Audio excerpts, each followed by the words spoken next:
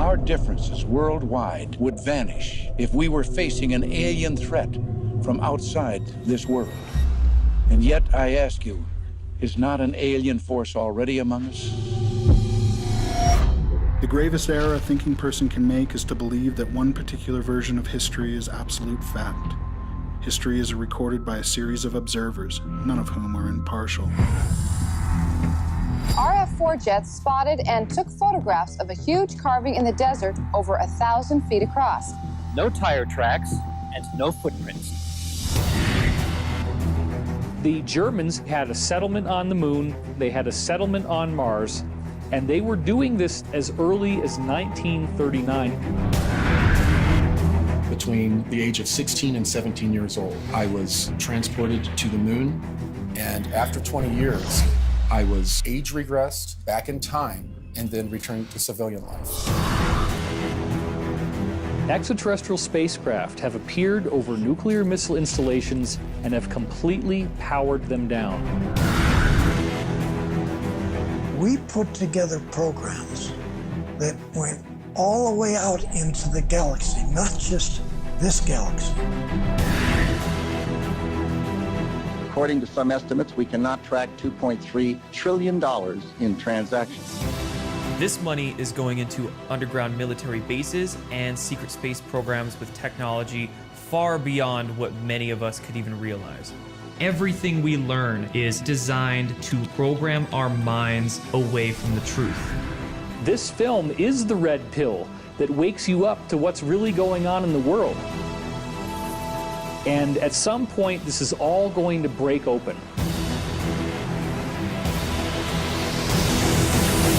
The more you get involved, the more compromised you become. They may actually kill you.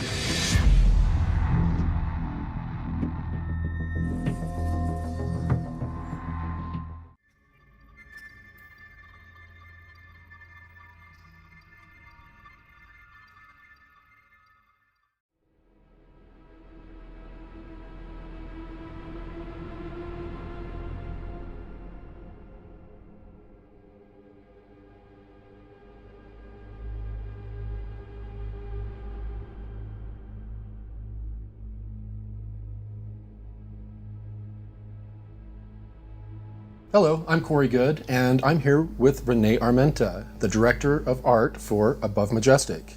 Welcome, Renee. Hi, how are you? Doing well, thank you. Good, good. I'm so happy to be here. Awesome. Could you start off by telling us how you joined the team?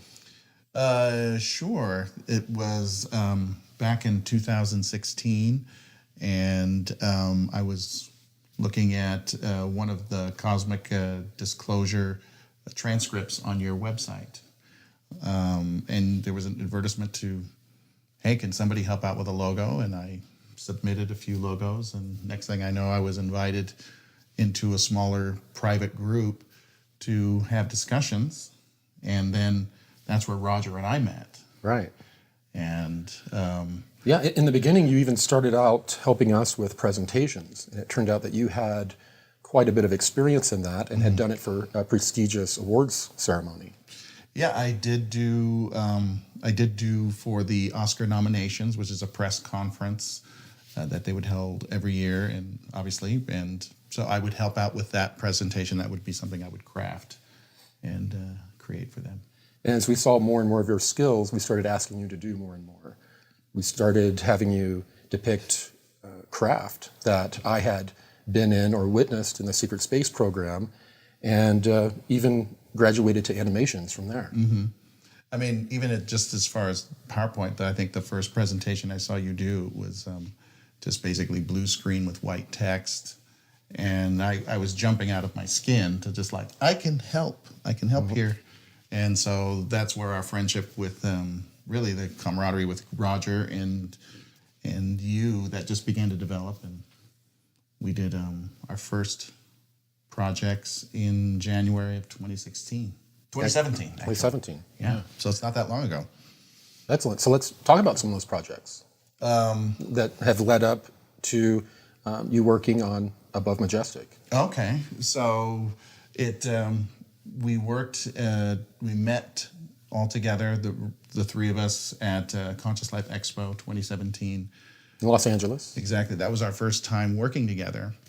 And that's where you began to see some of the work that I had been doing on my own. And I had recently learned 3D modeling. And in the process of learning 3D modeling, that you test yourself by setting up your own projects. I was building spaceships for no reason. Why did you learn 3D modeling? 3D modeling, it was really just a calling. I couldn't stop myself from actually exploring it. I've always been interested in special effects and, of course, the romantic side of Star Wars and Star Trek and all of that. And so I wanted to visualize my own. Sometimes you get a hunger to visually see what you have not yet seen represented. And yeah, well, for those out there who have a hunger to visually see what we're talking about, let's go ahead and start going through some of the art and animation that you created for presentations and for Above Majestic. Okay. So I believe we have it set up here first to look at the title sequence for Above Majestic.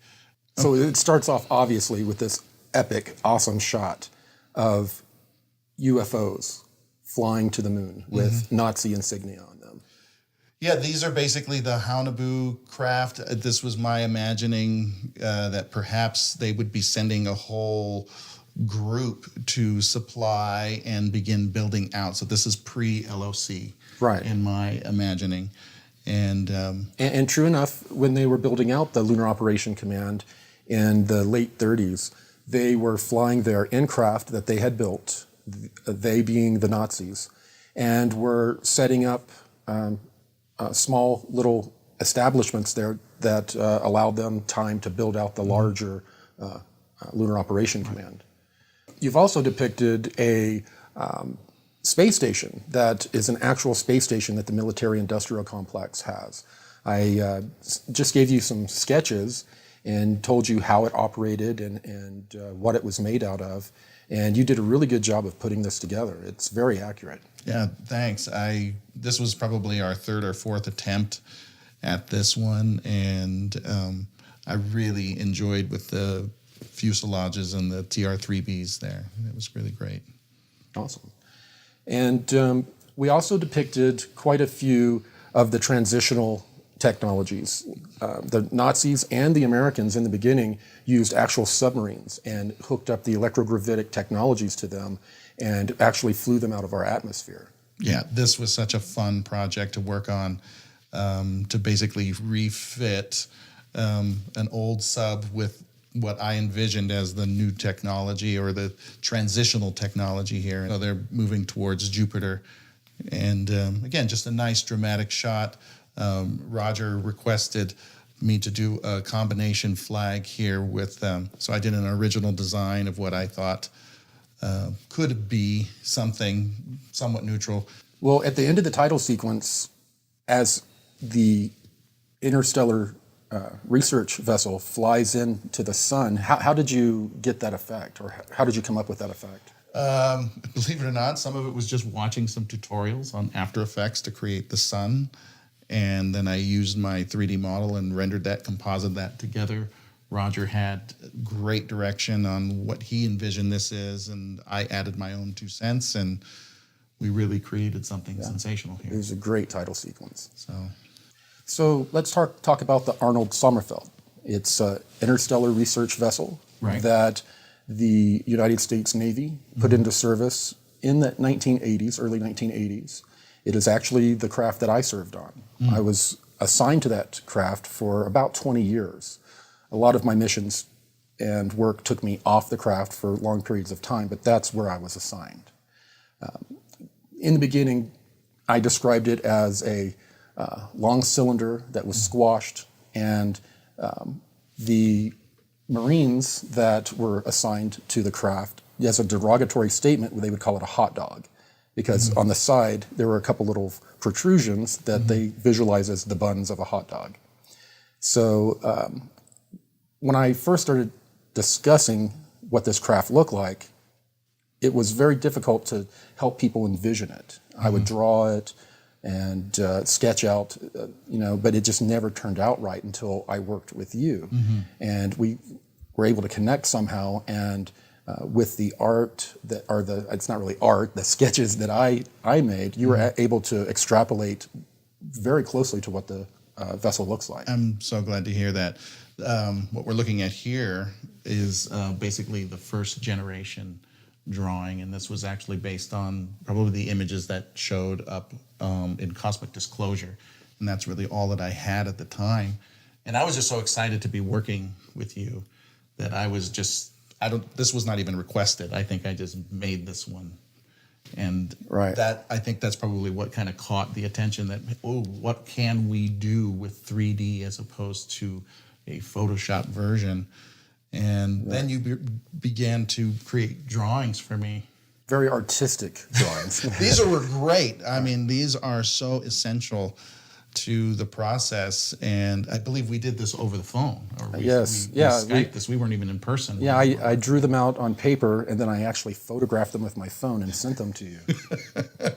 And here we have, as opposed to the rectangular buns, we created the more round buns, and you gave me direction on the top portion as well. And so here's basically the very first. This is kind of like my first approval before I detail it out. Like, Corey, am I getting close? And this is where I was getting close. Right, and these craft are, they were created and built by submarine engineers in the very beginning. So it's the transition from submarines to these research vessels is pretty interesting, because you can see even in the current image we have of the research vessel that it has characteristics of a submarine a little bit. Yeah. And the submarine was suited perfectly for outer space, almost perfectly. Very little modification. And the engineers who developed these vessels based most of their concepts on how submarines work, the enclosed atmosphere control and all of that. That's so interesting to hear. I actually was building this before I built the early German sub. So I didn't even, it was just kind of an assumption for me at this point, I think, in our conversation. Right. It was just a natural evolution that occurred. And we'll in a little bit here, we'll see some of the more modern craft that we evolved to. So this is just one of the beauty shots that once I got the model pretty much close, you mentioned that it had kind of bulbs of technology on the outside. Pods. Exactly, those pods that had like a flight deck on either side for the buns, so to speak, and for smaller triangular craft that flew in and out of the bays. And the pods had all types of instruments that gathered scientific information and also telemetry for security of the solar system, which is Solar Warden. That was what it was developed for, being a warden for the solar system. Wow. In this drawing, you were trying to communicate that it's all modular. Right. And that it looks like inside you almost unscrew it like a cigar case. Right, well, it is. It's a large cylinder fuselage, and there are different areas that are have silver bands all the way around. And those silver bands split in two, and they're actually two pieces that come apart. And while in dock, in outer space, they can swap out these sections, and they can also, on certain bases, like in Utah and in Antarctica, they fly these craft down in and do all types of maintenance on them. They can add completely different sections to make it a longer tube, or they can take it in its current configuration, remove the hull, and then remove inside all of the little modules. They could have different modules for different types of experiments or missions, and those modules are taken out, and then new modules are put in, and then it goes on a new mission. I'm so excited to have that possibility that we can even visualize this part in the future. So Yeah, some of these craft, as they add sections on, they get quite long. And there are larger craft, these interstellar, basically motherships that are a kilometer long, that are just long cylinders. Wow. Wow. This was my concept sketch of us connecting them in one way. I was still... Yeah, it was hard to describe how these vessels will dock with each other. Right. And I explained that there were systems that came out that had walkways on them, that came out between ships and grabbed onto each other. Right. And that sometimes these ships would dock and travel. They would travel as a cluster. There'd be one in the middle and then cylinders all around, and they'll travel as one big unit. And then when they arrive to a location, they can split up, they can break apart and split off and then go in different directions. Yeah, and that's what you were trying to show here in this drawing, and I've yet to take a successful stab at it. Well, from a distance, when you're flying up to these configurations, you think you're flying up to a giant space station because there'll be like T sections, L sections, and as you get closer and closer, you see that it's just a lot of these vessels attached. So actually, they'll fly in space sometimes at 90-degree configuration, angles. yeah. Oh wow! Yeah. I didn't even know that. I always thought it was something. No, there's parallel. No. You don't need aerodynamics in space. Oh well, that's going to be fun to depict. Yeah. So this was kind of a later version of the arm. I know I didn't really get the grapple right. I didn't really get it's two doors as opposed to one door split, but it's a lot. It looks a lot thinner and more fragile, but it is made of all of these super high tech materials that it looks real flimsy, but you have craft flying many thousands of miles an hour attached by these thin. Look like little thin filaments. We have it looking a little too big and bulky, but for perspective, we kind of had to do that. Right. So I had a little animation here just to kind of show what it would look like. But yeah, I'm still working on the scale. But yeah, this was just a nice little fun thing to show it extend and retract. Right.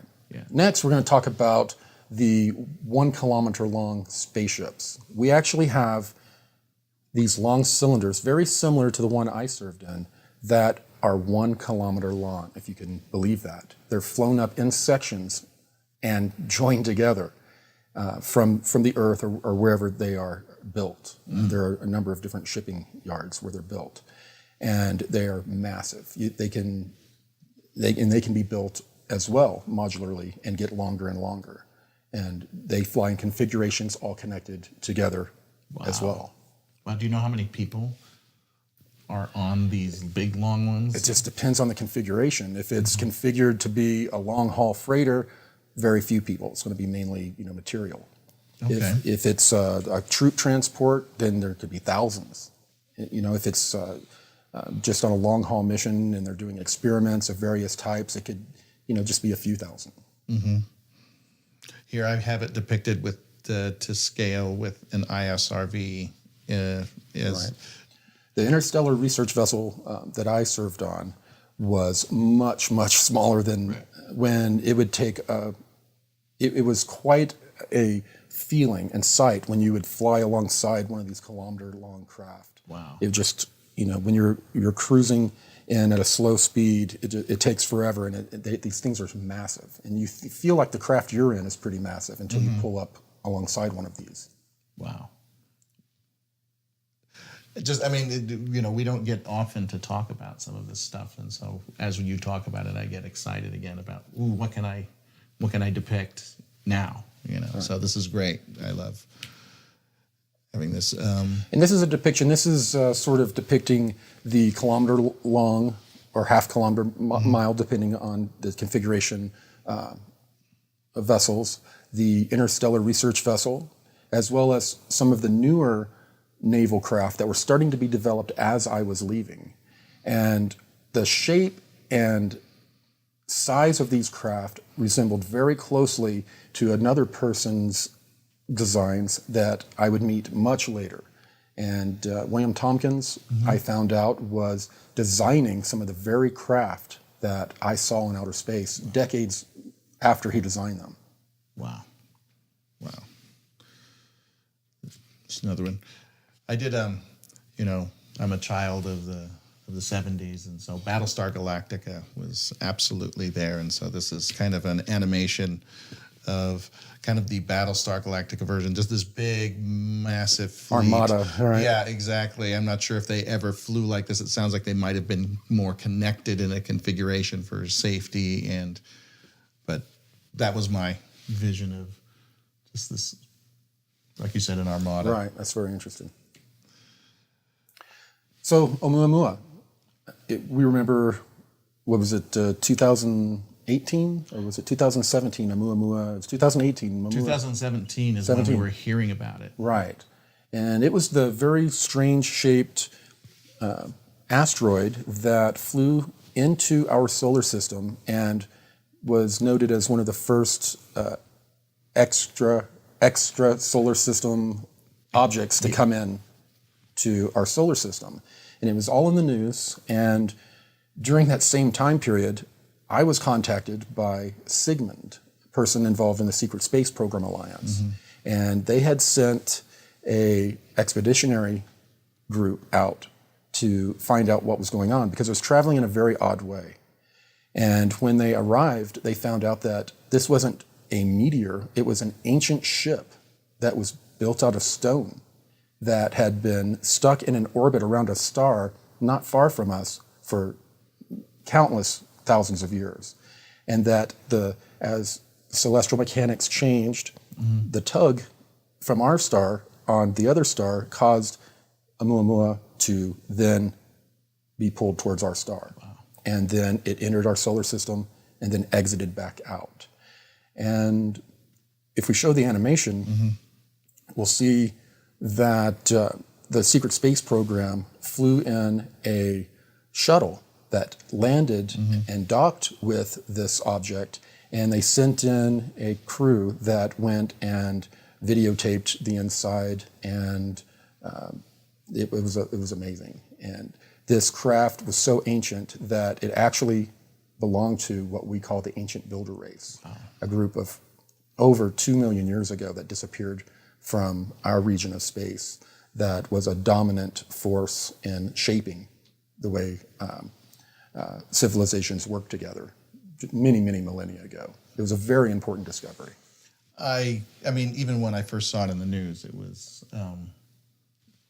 cigar-shaped. It was even how they described it. And so I immediately, before we even talked, I was thinking that's a vessel of some sort. I had no idea of the age and the origin of it. I mean, that's just, it's just so mind-blowing. And so as you were describing it to me and saying that it's like it looked like it was petrified stone in certain areas, and then there was also technology on certain parts, and there was a dome that you described. I guess that's where the craft, the shuttle came up to.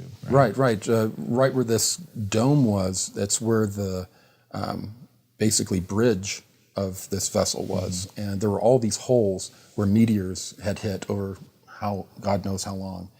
And it was through one of these big impact holes that the craft landed, docked, and the astronauts then went into the craft in one of these holes. Wow.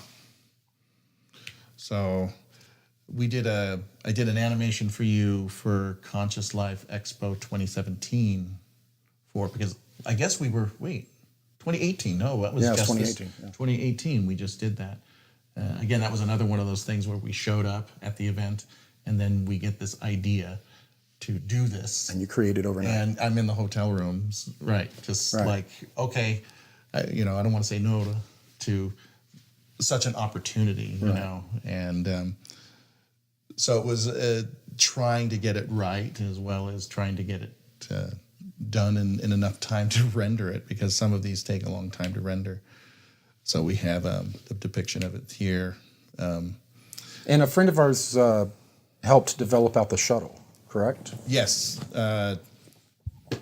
Chuck Raymond, is it? Chuck Raymond, that's right. Chuck Raymond. Actually, Chuck Raymond did the model for the shuttle in this case, and I just... plugged it in. Exactly. I borrowed his model as opposed to building my own, and that's part of the teamwork here. So this is actually the animation that we created for Conscious Life Expo in 2017. Yeah. It moves kind of slow.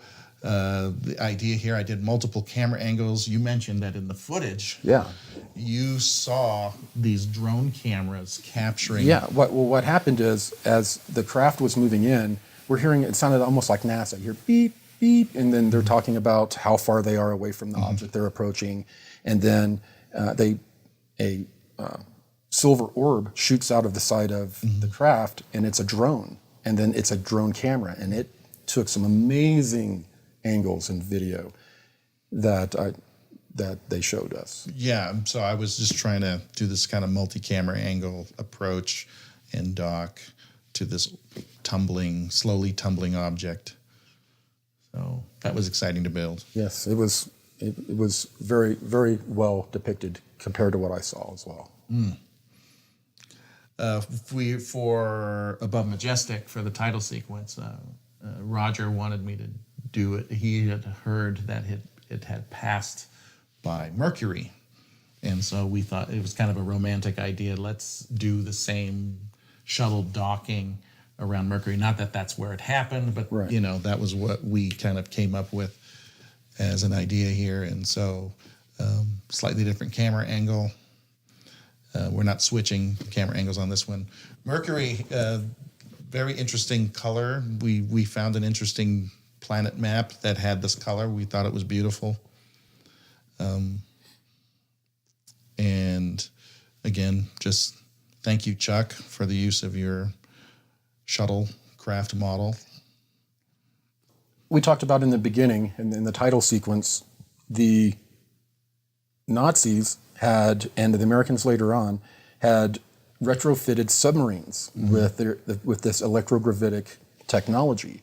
And it looked very similar to, my grandfather was in World War II, and he talked about how they would degauss ships, to where if they would go over a mine, it would not give the magnet in the mine a metal to detonate the mine with, the detection of the metal. So it looked very similar when I had seen pictures of the windings that they had around these submarines. Yeah, I saw some pictures of that degaussing, so that's what I borrowed from. Right. So it was very clever of them, to not have to build out entire new ships to test out the technologies, the Nazis.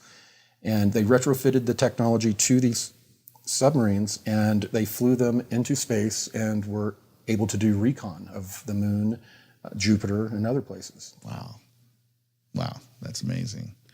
Here, with my first stab at it, I found a free model of a vintage German submarine, and I just started I took all the water stuff off of it, and I just started putting stuff on it. This was basically a test render passing by Pluto. Again, the very rough model, very rough animation, but this was just kind of proof of concept to get us all excited about it, because I think once I showed you this animation, I knew what you could do. Then it was like, oh, okay, then all the rest of the next layer of detail came out. Right, yeah, then I started describing all of the other parts. Right. And then we get something like this, which is really exciting to look at. This was such an exciting thing to build. The visual of seeing a submarine that is only under the water. You never get to see a full submarine once it's been deployed. It's always underwater. Right. The visual of a submarine lifting up and leaving the atmosphere and then traveling through space it's an amazing visual. Yes, I'd actually like to do something a little bit more higher quality version of that, just to actually, because I imagine, would they come out of the water, or were they building these in dry dock? Well, they were building them in dry dock. Right. I didn't hear them lifting up out of water. I've heard of them. They were building them in these secret bases that they had with slave labor, they being the Nazis, right. And then they would test them from there. They wouldn't put them in the water and then launch them from the water. So it wouldn't be a stretch to consider that maybe they built these spacefaring versions in Antarctica and probably launched them out of Antarctica. I'm just fantasizing about that. They definitely later on were building craft with slave labor in Antarctica, and then later on handed over that operation to the Americans. Mm-hmm. But they were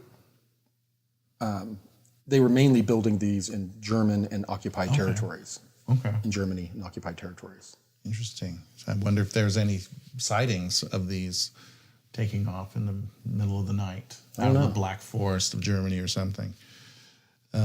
They were really developing this technology a lot during that time period. It wasn't really until they had pretty much lost World War II that they were at a point where they were able to build these things not really in mass, but enough of them to make a difference. And they weren't able to weaponize them for some time. They were able to fly these things around, but they had kinetic weapons. If you're flying and you don't have gravity and you fire a kinetic weapon, it's going to send you spinning around. Right. So they had to develop all of these directed energy weapons and other technologies. So it took them, these technologies didn't get developed until after World War II fully. So the technologies were not there to help them win the war. Mm-hmm. This next thing is really kind of more of a brainchild that happened between me and Roger. It wasn't really something that you told us. This was the idea that somewhere between these first generation submarines with basically the cable wrapped around the fuselage, that perhaps there was, and then the interstellar research vessels, the cigars that you're familiar with, that there's somewhere there may have been a transition, that there might have been something. Right. And so that's where I was, I just kind of took to it and I just concepted, I think I took the strongest, most advanced submarine that the Germans had, and then I modded that one. Just extrapolated from there. Right, exactly. I figured that's what they would use. They would use their flagship, no holds barred, just sub, and then they would fit that with their space tech. It's definitely an interesting concept. Yeah, so definitely a concept.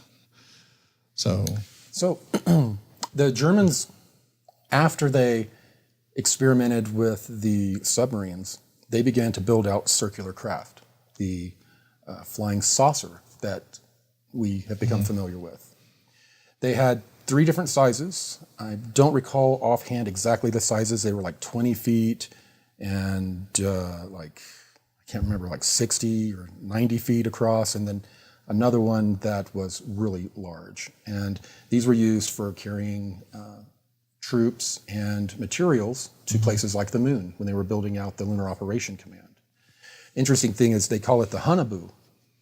And in the programs, the American military started calling it the honeybee because it made a buzzing, humming noise. Oh, wow. So they would call it the honeybee. Mm-hmm. Cool.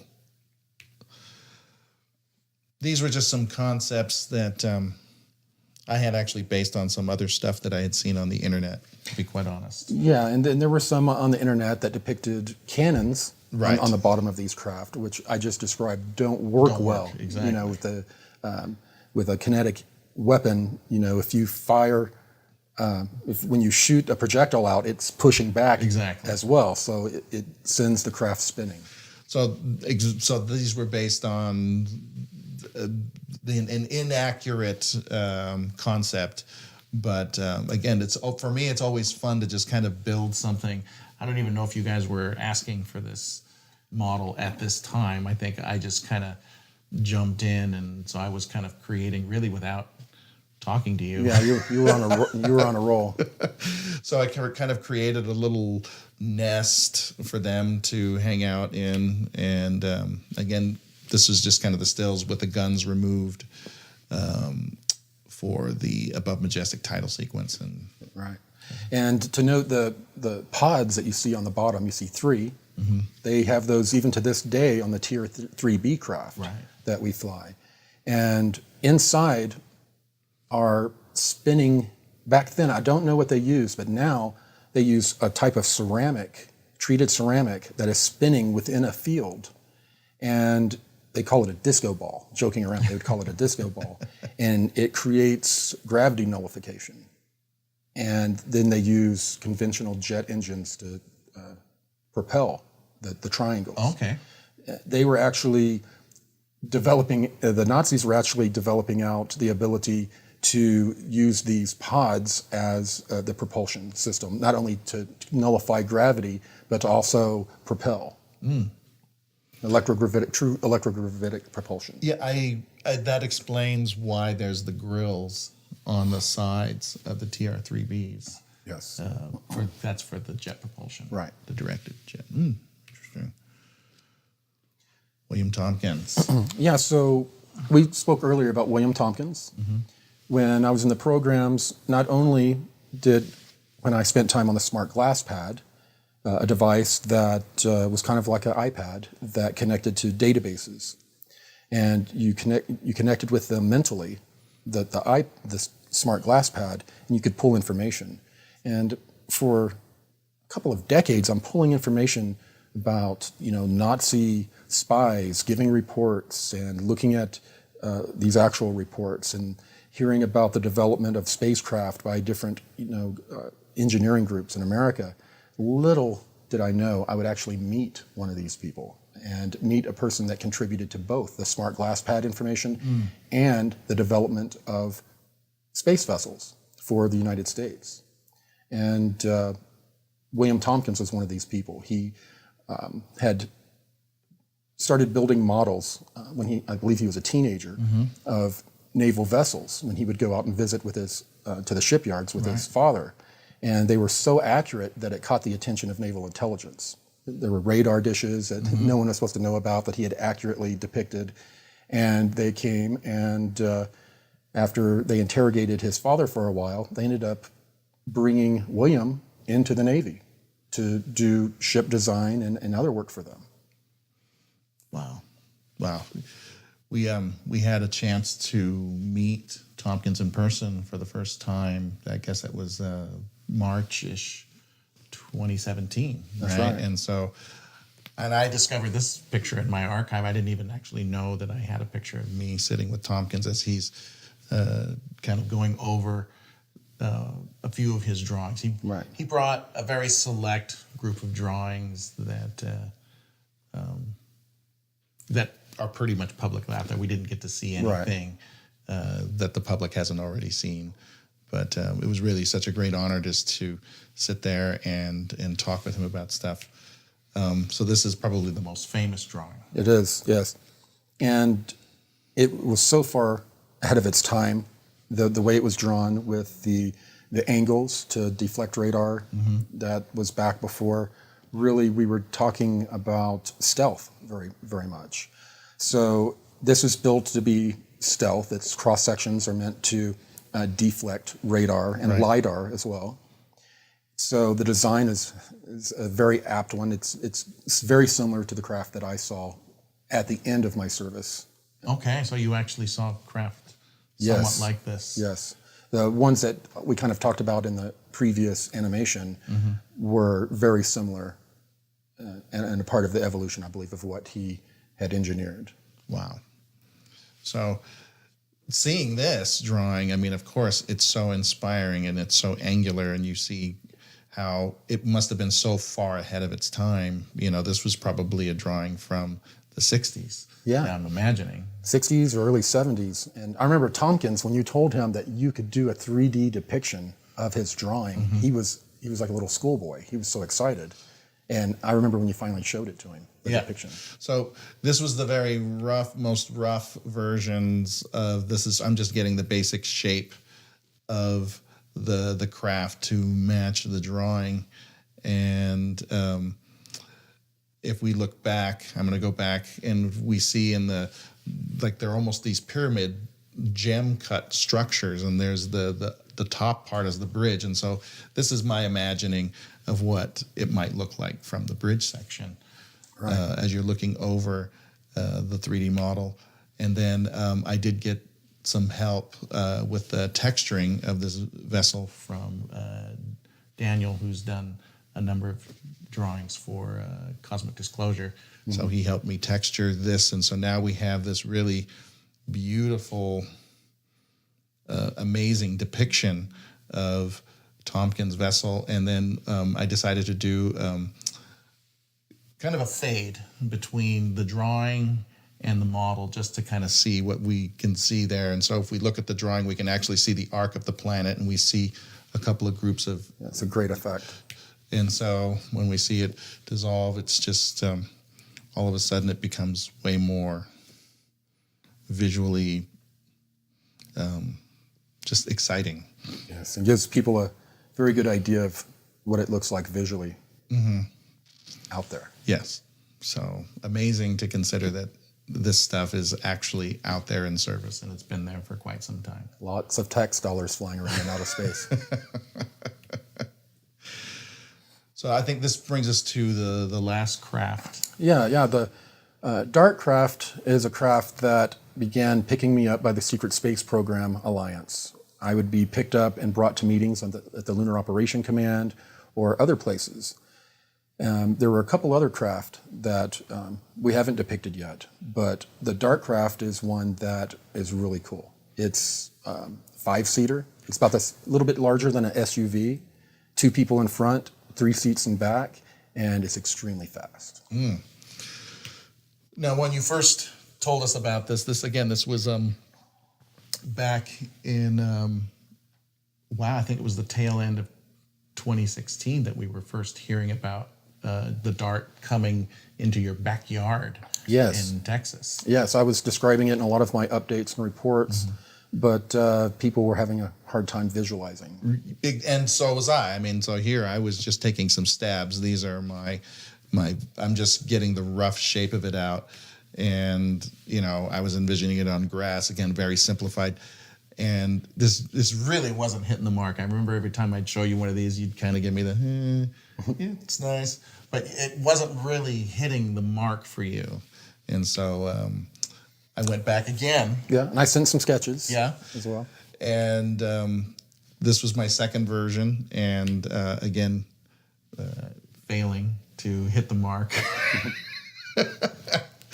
And so then you sent me these drawings. Yes, my beautiful artwork again. Which, for these, is just so essential. It's so essential for me to get that. And these curves were actually really tricky to kind of get this kind of a blunt nose. Yeah, this kind of an interesting nose that's not very aircraft-like at all. Right. It's kind of a combination of SUV and, aircraft. It's like a utility vehicle. Right.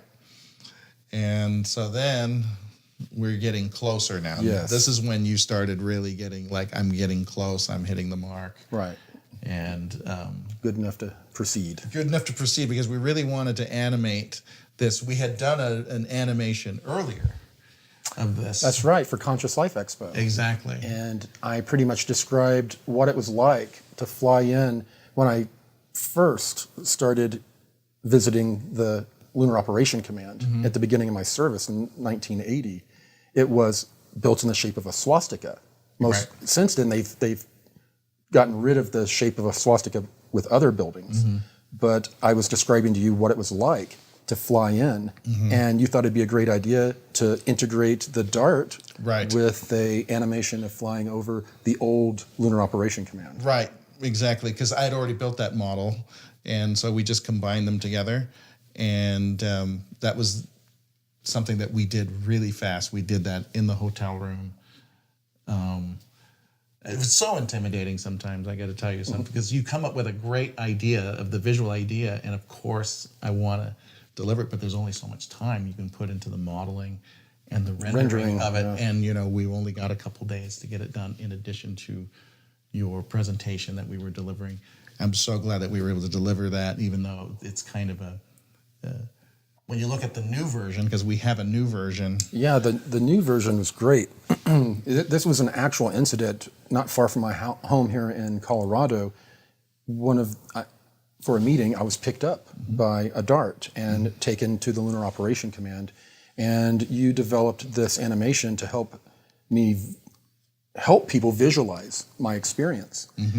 So, yeah, this depiction has been very helpful. It shows, how you get into the DART, right, and approximately what it's like to fly to the moon in such a short period of time. Right. I mean, it's like the moon just grows in front of you. That was so exciting. When you were describing that part of the story, it was really, I wanted to take on the challenge of doing that. Wasn't sure even how I was going to do it, but here it is. Inspired 2001. I mean, how can you not be inspired by 2001? I mean, that's basically what these camera angles are. Yeah. But, as you see that the most recent version we have here of the Lunar Operation Command shows how, after the Americans took control of the base, they built it out and expanded it. Not only did they expand it out, but they expanded it down. The close by is another subcrater, and that crater goes down into lava tubes. And those lava tubes were exploited as areas that they could pressurize and, create pressurized caverns out of.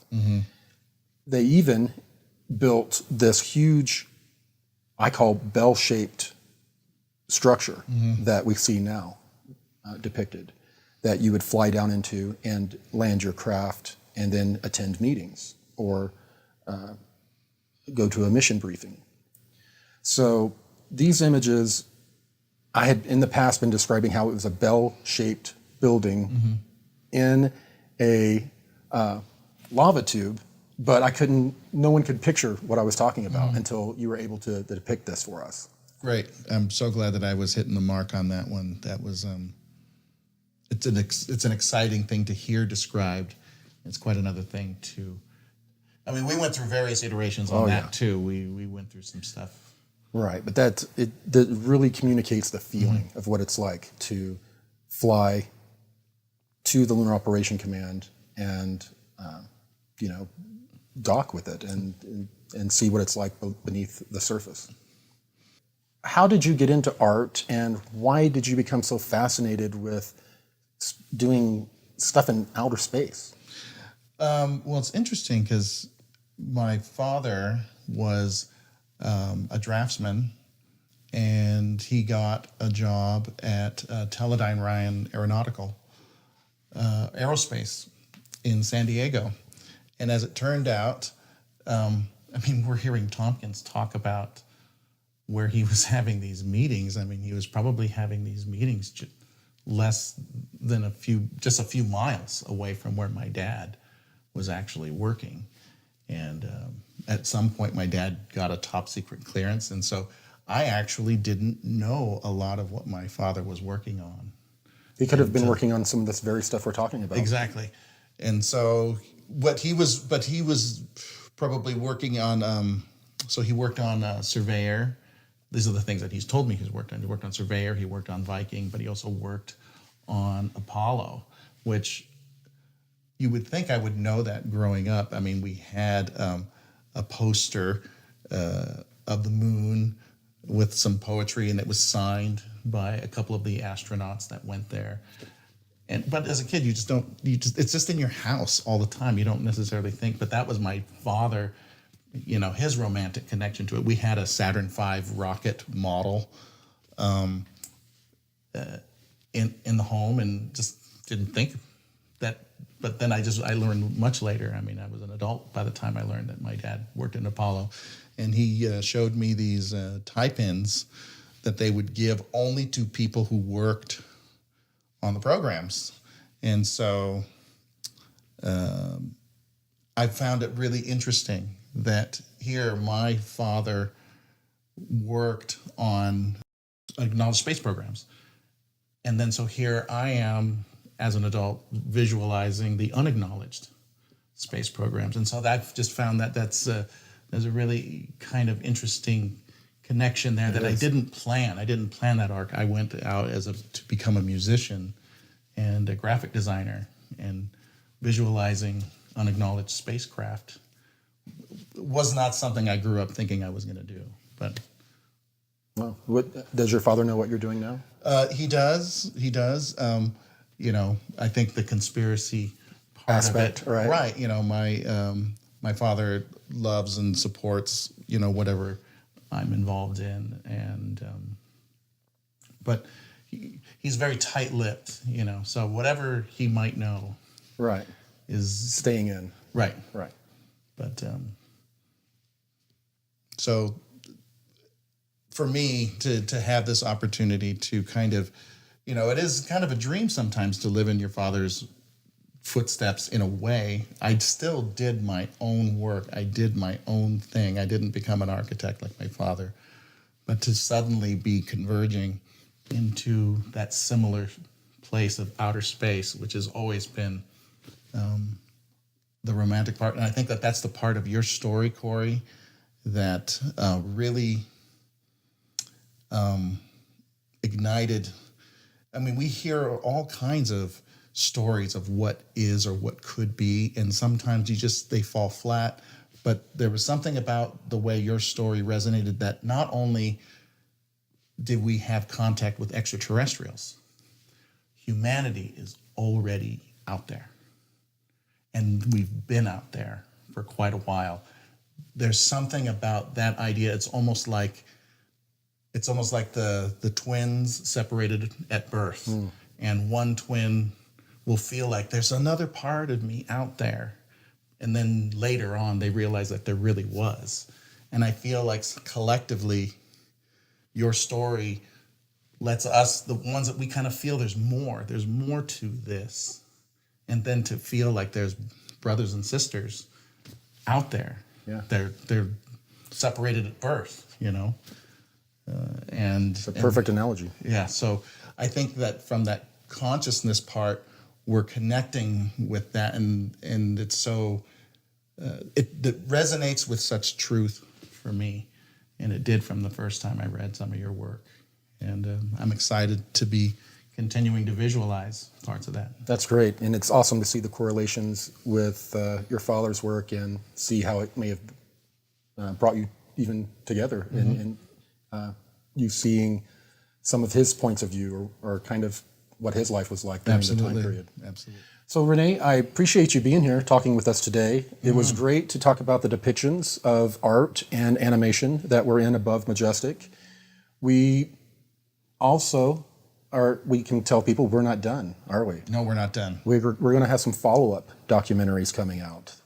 One that's going to be based on a lot of Dr. Sala's work and my testimony about Antarctica, about the all of the secrets going on down there, now by the Americans, but had been established by the Nazis during the late 30s, early 40s. So that is going to be one of our documentaries coming out. Awesome art depicted there. And then following that, we're even going to discuss some of the information that's come out in documents from the DIA, which is the DIA and the Air Force control the military-industrial complex secret space program. So a lot more information to come, a lot more art to come. I'm Corey Good. I'm Renee Armenta. And stand by, there's more to come.